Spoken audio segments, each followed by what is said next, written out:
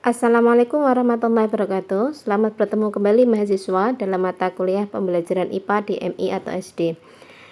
Hari ini kita akan membahas mengenai evaluasi pembelajaran IPA di MI atau SD. Poin yang bisa kita pahami perbedaan antara kurikulum 2013 dengan kurikulum Merdeka adalah yang pertama, pada kurikulum Merdeka itu ada istilah sebagai CP yang sudah ditentukan oleh pemerintah. CP atau capaian pembelajaran ini jika di dalam kurikulum 2013 disebut dengan silabus. Kemudian kalau pada kurikulum 2013 di silabus ini juga memuat adanya KIKD. KIKD ini sudah ditentukan pula oleh pemerintah, sedangkan pada kurikulum Merdeka terjadi pembaharuan bahwa yang ditentukan oleh pemerintah hanya CP-nya saja, sedangkan untuk KIKD-nya berubah nama menjadi TP atau tujuan pembelajaran, dan ini TP-nya ini yang menentukan adalah pendidiknya sendiri, sehingga TP yang nanti dibuat menjadi ATP itu yang menentukan adalah pendidiknya sendiri dan bisa berbeda antara satu pendidik dengan pendidik yang lain, meskipun mengajar pada fase yang sama atau pada jenjang yang sama. Hal ini dimaksudkan bahwa diharapkan pembelajarannya nanti disesuaikan dengan kebutuhan dari peserta didiknya masing-masing. Karena peserta didik yang berbeda, lingkungan yang berbeda, pastinya sarana dan prasarananya juga pasti akan berbeda. Kebebasan dalam menentukan TP, disitulah inti dari kurikulum Merdeka. Evaluasi sendiri sama dengan evaluasi pada kurikulum 2013. Di kurikulum Merdeka itu juga tercantum di dalam RPP-nya. Untuk RPP di kurikulum Merdeka itu disebut dengan MA atau modul ajar dan MP atau modul proyek. Jadi RPP atau rencana pelaksanaan pembelajaran yang ada di kurikulum Merdeka itu juga sama dengan MA ataupun MP dalam kurikulum Merdeka, itu juga memuat adanya poin asesmen atau evaluasi. Evaluasi itu basicnya adalah tes, ya kan? Tes itu adalah alat yang digunakan untuk mengukur, dia mempunyai nilai benar dan salah, dan mengukur kemampuan siswa. Yang diukur apa? Kemampuan siswanya. Kemudian yang kedua, dari tes ini kan tadi ada pengukuran. Pengukuran ini adalah memberikan nilai dalam bentuk kuantitatif. Kuantitatif itu bisa nilai 70, 80, kemudian bisa dikonversi menjadi kualitatif. Contohnya adalah misalnya kalian mendapatkan nilai 81, itu kualitatifnya adalah A kalau dalam perkuliahan. Hasil pengukuran ini nanti digunakan untuk memberikan judgement atau penilaian. Penilaian ini adalah proses judgement dari hasil pengukuran yang didapat dari tes itu tadi. Nah, dari hasil penilaian ini nanti ada proses yang namanya evaluasi. Evaluasi ini adalah penentuan tingkat ketercapaian tujuan pembelajaran dengan melihat hasil penilaiannya. Yang namanya evaluasi itu tidak hanya saat penilaian itu aja atau saat tes itu aja, melainkan secara keseluruhan prosesnya. Karena biasanya kalau evaluasi itu ditaruh di bagian belakang untuk menentukan ini anaknya sudah layak untuk naik kelas tidak, untuk ditempatkan tinggal kelas atau naik kelas, bisa mengikuti remedial atau enggak, pengayaan atau tidak, atau harus mengikuti remedial. Itu adalah evaluasi pembelajaran, fungsi dari evaluasi. Dan hasil dari evaluasi ini biasanya didiskusikan lagi kepada stakeholder atau pihak-pihak yang terkait. Pihak-pihak yang terkait itu bisa orang tua, kemudian bisa pihak sekolah, stakeholder, kemudian masyarakat, kemudian ke siswanya sendiri, dalam bentuk laporan untuk mengetahui perkembangan dari satu peserta didik. Kalau dalam bentuk bagian dari tes, pengukuran, penilaian, dan evaluasi itu seperti ini. Tes itu yang paling kecil, paling sederhana. Kemudian ada pengukuran. Pengukuran itu setelah hasil tesnya itu muncul ya. Kemudian dari hasil pengukuran itu dinilai, kemudian baru dievaluasi untuk mengambil tindak lanjut dari hasil penilaian yang sudah dilakukan. Prinsip evaluasi yang pertama adalah komprehensif, yang kedua adalah adil dan objektif, yang ketiga kooperatif, yang keempat praktis, dan yang kelima kontinuitas. Yang dimaksud komprehensif ini adalah dalam evaluasi itu mengambil keseluruhan objek sebagai bahan evaluasi. Kalau siswa itu tidak bisa pada saat tes itu aja, tapi dilihatnya itu secara keseluruhan. Misalnya kalau evaluasi itu ya 1 semester, kayak begitu bagaimana? Tidak bisa misalnya di dalam materi IPA misalnya ada 4 lingkup materi yang diambil sebagai bahan evaluasi untuk menentukan si anak ini naik atau tidak, hanya yang diambil pada lingkup materi 1 misalnya, itu tidak bisa. Atau misalnya kalau untuk naik kelas atau tidak itu kan ada 2 semester, berarti semester 1 dan semester 2 naik kelas misalnya dari kelas 3 ke kelas 4 itu tidak bisa hanya menggunakan hasil evaluasi dari semester 2, tapi harus dari hasil evaluasi semester 1 dan semester 2 untuk menentukan anak layak naik kelas atau tidak. Kemudian yang kedua, adil dan objektif. Tentunya yang namanya pengukuran dalam evaluasi itu tidak pilih kasih atau ada subjektivitas, dan apa adanya sesuai dengan kemampuan siswa. Tapi terkadang dalam prinsip evaluasi ini kita juga harus pragmatis ya, tidak harus idealis 100%. Melainkan kita harus melihat misalnya kalau memang anak ada yang memiliki kebutuhan khusus, berarti ya kita perhatikan juga kebutuhan mereka. Karena mungkin kalau dari sisi kognitifnya memang tidak bisa mengikuti sama seperti teman-temannya dalam kasus sekolah yang inklusif ya begitu, ya berarti ada penilaian khusus terhadap siswa tersebut, bukan karena pilih kasih tetapi untuk mempertimbangkan ini kebutuhan dari peserta didiknya. Yang ketiga, kooperatif yang dimaksudkan itu adalah bekerja sama dengan semua pihak seperti yang saya sebutkan tadi. Ada orang tua, kemudian masyarakat, kemudian ada sekolah atau guru yang lainnya dan pihak-pihak yang terkait seperti BK, Waka Kesiswaan, Waka Kurikulum, wali kelas kayak begitu, dan siswa itu sendiri. Dan yang keempat adalah praktis, mudah digunakan, dan yang kelima adalah kontinuitas yang mana evaluasi itu dilaksanakan secara terus-menerus. Fungsi evaluasi pembelajaran itu yang pertama adalah memiliki fungsi sumatif. Sumatif itu apa? Sumatif adalah untuk menilai kemajuan atau hasil belajar peserta didik sebagai bahan untuk memberikan laporan kepada berbagai pihak untuk penentuan kenaikan kelas dan penentuan lulus tidaknya suatu peserta didik. Ada untuk unsur fungsi formatif, yakni memberikan umpan balik atau feedback kepada guru sebagai dasar untuk memperbaiki proses pembelajaran dan mengadakan program remedial jika diperlukan bagi peserta didik.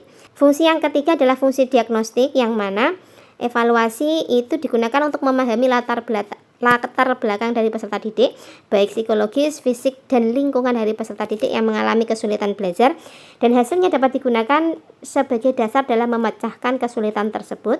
Dan yang terakhir adalah fungsi penempatan untuk menempatkan peserta didik dalam situasi pembelajaran yang tepat. Misalnya ada program khusus, apakah dia program kelas olimpiade atau kelas olahraga atau kelas tahfidz dan lain sebagainya. Untuk fungsi evaluasi yang pertama, yakni yang sumatif itu tadi. Sumatif ini biasanya dilakukan untuk memastikan ketercapaian keseluruhan tujuan pembelajarannya ya. Biasanya untuk sumatif ini dilakukan di akhir proses pembelajaran. Contoh itu penilaian akhir tahun kayak begitu, atau kalau di kalian itu ya ulangan akhir semester kayak begitu, UAS. Kalau di sekolah itu biasanya ada penilaian akhir tahun yang ada di semester 2 tahun ajaran atau di bulan Mei Juni. Kemudian untuk yang formatif, asesmen formatif atau evaluasi pembelajaran yang untuk fungsi formatif itu punya tujuan untuk memberikan informasi atau umpan balik kan. Kalau untuk memberikan informasi itu berarti dia asesmennya atau evaluasinya itu berada di mana? Di awal pembelajaran atau di dalam proses pembelajaran. Kenapa dilakukan di awal pembelajaran? Biasanya untuk mengetahui, ada kaitannya dengan yang diagnostik, yaitu untuk mengetahui bagaimana sih kesiapan dari peserta didiknya dalam mencapai tujuan pembelajaran yang direncanakan. Mendiagnosa misalnya kemungkinan peserta didik yang mengalami kesulitan belajar dan solusinya itu bagaimana. Maka asesmen ini disebut dengan asesmen formatif yang dilakukan di awal pembelajaran. Asesmen formatif juga tadi dibilang bisa dilaksanakan di dalam proses pembelajaran untuk mengetahui perkembangan peserta didik dalam belajarnya. sekaligus memberikan umpan balik yang cepat. Nah, biasanya ini asesmen ini bisa dilakukan oleh peserta didik yang lain. Jadi anak yang satu menilai anak yang lain, atau anak diajak untuk merencanakan penilaian terhadap dirinya sendiri. Ini penilaian yang berada pada kategori yang cukup tinggi ya. Jadi anak merancang penilaian untuk dirinya sendiri atau self assessment ya. Misalnya pemberian pertanyaan singkat mengenai konsep yang sedang dipelajari. Contohnya gimana? Untuk asesmen formatif ini kan tadi fungsinya adalah untuk memberikan umpan balik kepada guru sebagai dasar untuk memperbaiki proses pembelajaran dan mengadakan program remedial jika diperlukan bagi peserta didik kan. Tadi untuk peserta didiknya ada fungsinya, untuk gurunya juga ada fungsinya.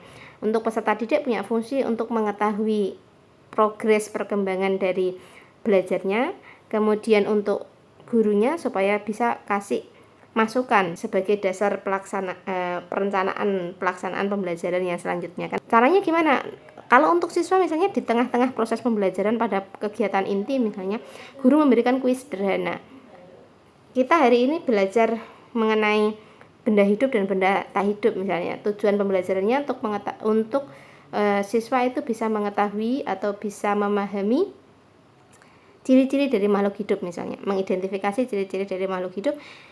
Berarti kan di tengah proses pembelajarannya misalnya kalau ada benda A yang tidak diketahui jenisnya, benda B yang tidak diketahui jenisnya, kemudian benda A punya ciri-ciri seperti ini, apakah dia termasuk benda hidup atau benda tak hidup? Benda B juga sama. Nah, atau misalnya di akhir pembelajaran di kegiatan penutup itu guru meminta siswa atau peserta didik untuk menyebutkan ciri-ciri makhluk hidup. 2 saja, menyebutkan konsep sederhana dari merupakan kesimpulan dari hasil pembelajaran di saat itu. Itu berarti jenis tesnya adalah for learning dengan jenis tesnya itu adalah formatif dengan pendekatan for learning. Kemudian pendekatan yang kedua adalah as learning. As learning itu juga selama proses pembelajaran, tapi ini punya fungsi diagnostik.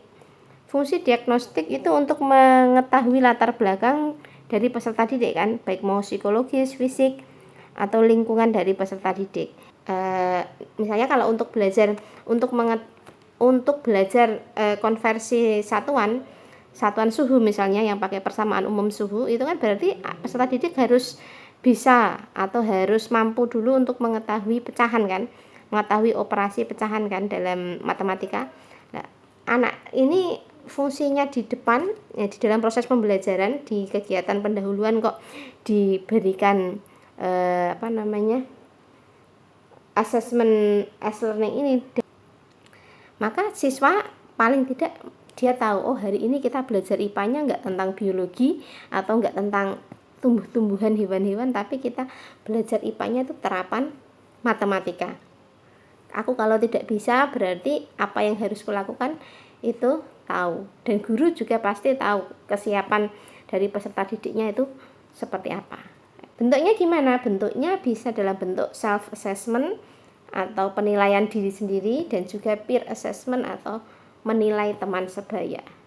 Dan yang ketiga adalah pendekatan assessment of learning. Biasanya dilakukan setelah proses pembelajaran sudah selesai. Nah, ini adalah untuk memenuhi fungsi evaluasi sebagai fungsi sumatif untuk menentukan nilai kemajuan atau hasil belajar peserta didik, atau hasil dari tes sumatif ini salah satunya adalah untuk fungsi evaluasi, yakni penempatan. Bagaimana dengan teknik evaluasinya? Teknik evaluasi itu sebenarnya bermacam-macam. Yang umum itu adalah tes, bentuknya tes, bisa tertulis, bisa lisan, bisa perbuatan atau kinerja kayak begitu, penilaian kinerja. Tes tertulis bentuknya pasti Anda tahu semua, uraian atau objektif. Objektif itu bentuk pilihan ganda kayak begitu. Bisa pasti ada pilihannya gitu ya. Salah satunya pilihan ganda. Kemudian uraian itu bentuknya ya isi kayak begitu. Bisa isi terbatas, terstruktur, dan isi yang bebas. Kalau mahasiswa biasanya isinya isi yang bebas ngaten ya. Untuk objektifnya itu bukan yang 1A, 1B, 1C, tapi objektif yang dimaksud tadi pilihan ganda, benar salah, menjodohkan, atau jawaban singkat.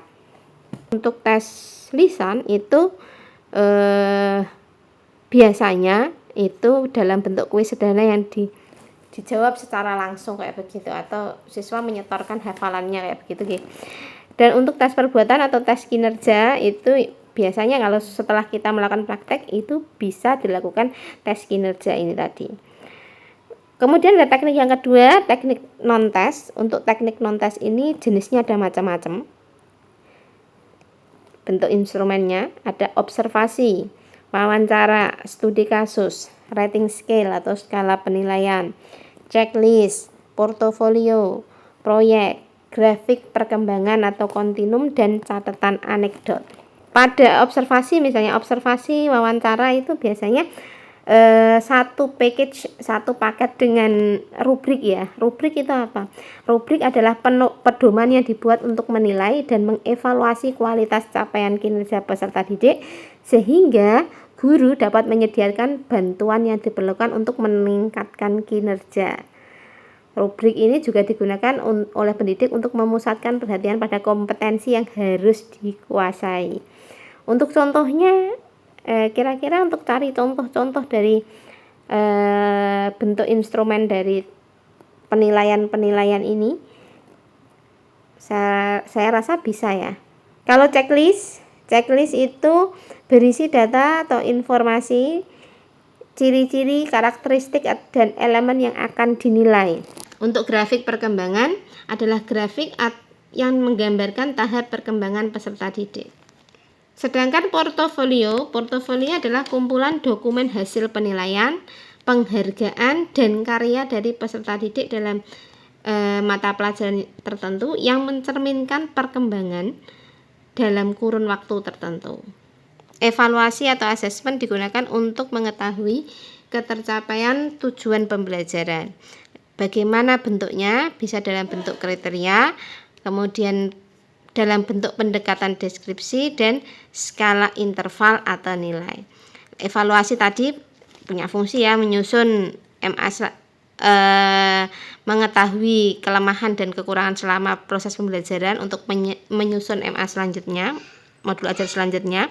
Kemudian untuk menilai kesiapan peserta didik dan variasi diferensiasi pembelajaran, dan mengetahui ketercapaian tujuan pembelajaran.